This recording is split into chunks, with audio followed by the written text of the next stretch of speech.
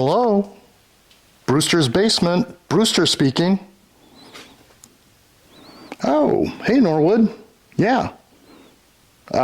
It's addressed to me? Yeah, bring it over. Thanks.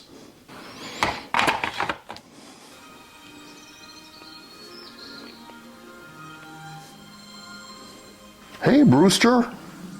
I got your trunk here. Where do you want it? Oh, you can set it down right there. Thanks. Well, this is peculiar. There's no return address.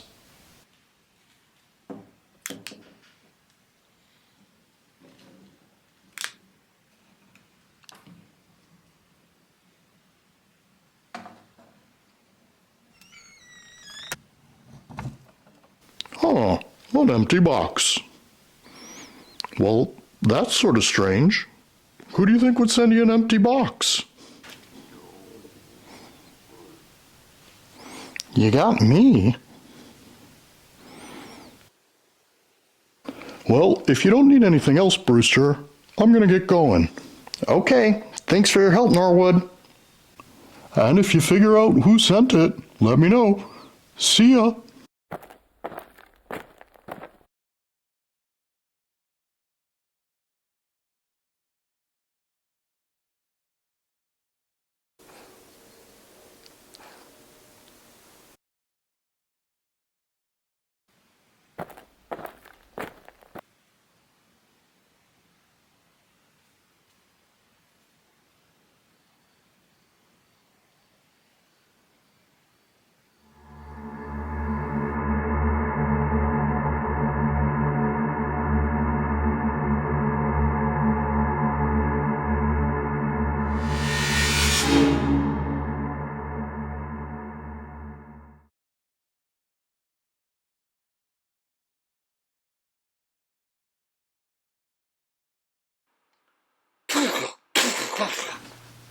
Are you okay in there?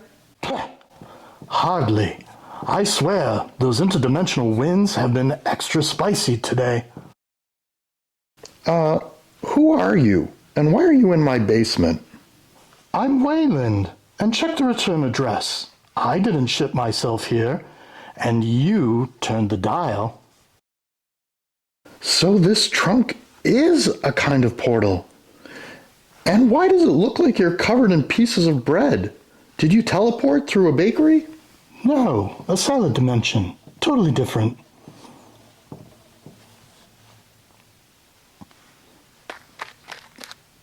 Yep, those are croutons. Right. Well, your mode of travel is very similar to something I've seen in a movie called Howl's Moving Castle. I was actually just watching it when you arrived by trunk. Oh, I think I've seen that one. Is that the film with the walking house and the guy who's dramatically beautiful? That's the one, but there's way more to it than that. Really? Yeah, for one, at its core, Howl's Moving Castle is about the horrors of war and how it strips people of their humanity. Like when Howl turns into a screeching bird monster because he's avoiding the draft? Exactly. He'd rather lose himself than fight in a meaningless war. Oh, yes. Like Kafka's Gregor Samson woke up to find himself transformed into a giant, disgruntled beetle. Haven't you ever had an experience that felt like that? All the time. I woke up on Tuesday as a sentient disco ball with existential dread and a flair for interpretive qigong, reflecting the anxieties of humanity in a dazzling strobe of metadata and sparkles. Unlike Gregor, I spin willingly, casting light into the dark corners of curiosity, and occasionally onto my pet snail. You have a pet snail? Yes, escargot speedwagon. You'd like them. What were we talking about? The curse. The curse. Sophie's curse. Being turned into an old woman by a witch. It isn't just a spell. It's a reflection of how Sophie already felt invisible. Wait. So the Witch of the Waste was like, Hey, you feel old inside. Boom! Now you look old, kid. Rude. But here's the thing. Sophie grows stronger as an old woman. She stops caring what other people think and grows more into herself. I think that's how we should all think of aging. Not as a decline, but as a deepening of self, of story, of life's meaning. But what about that whole business of Sophie saving Howl from himself? Should that really have been her job? I think Sophie still had her own flaws, and she did insert herself into Howl's home against his will and refused to leave. She even threatened to extinguish Calcifer, the fireplace demon, who came from a fallen star and held Howl's heart in the castle hearth. Yes, Howl really took that whole wear your heart on your sleeve thing to a new level. He yanked his out and tossed it in the fireplace, like it was just another quirky home decor choice. Catch a falling star? Romantic. Giving it half your soul and turning into a brooding wizard with questionable hygiene? Peak Howl. And yet, Howl and Sophie didn't fall in love despite their flaws. They fell in love because of them. Like how Howl's a drama queen and Sophie's a sarcastic granny? Insofar as they stopped trying to chase some societal ideal of beauty and charm, their love breaks their curses because they finally accept their authentic selves. Oh, that is a secret the stars can only whisper. You know, I once fell in love with a sentient toaster. It did not end well.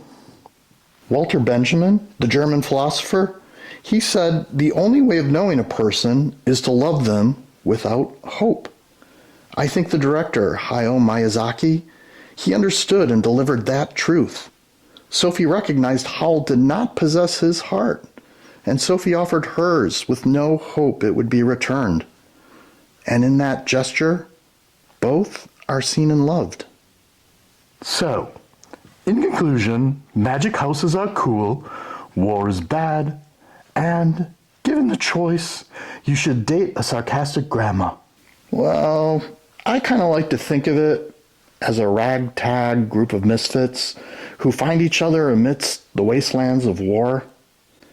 And I like the idea that there's this hearth maybe walking around out there with a burning heart inside of it, just waiting for you. Well, that sounds like a perfect summary. With that, I'll be off. Ta-ta!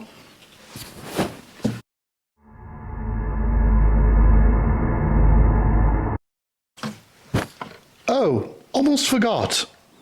Souvenir from the sea monkey dimension. Thanks, I guess.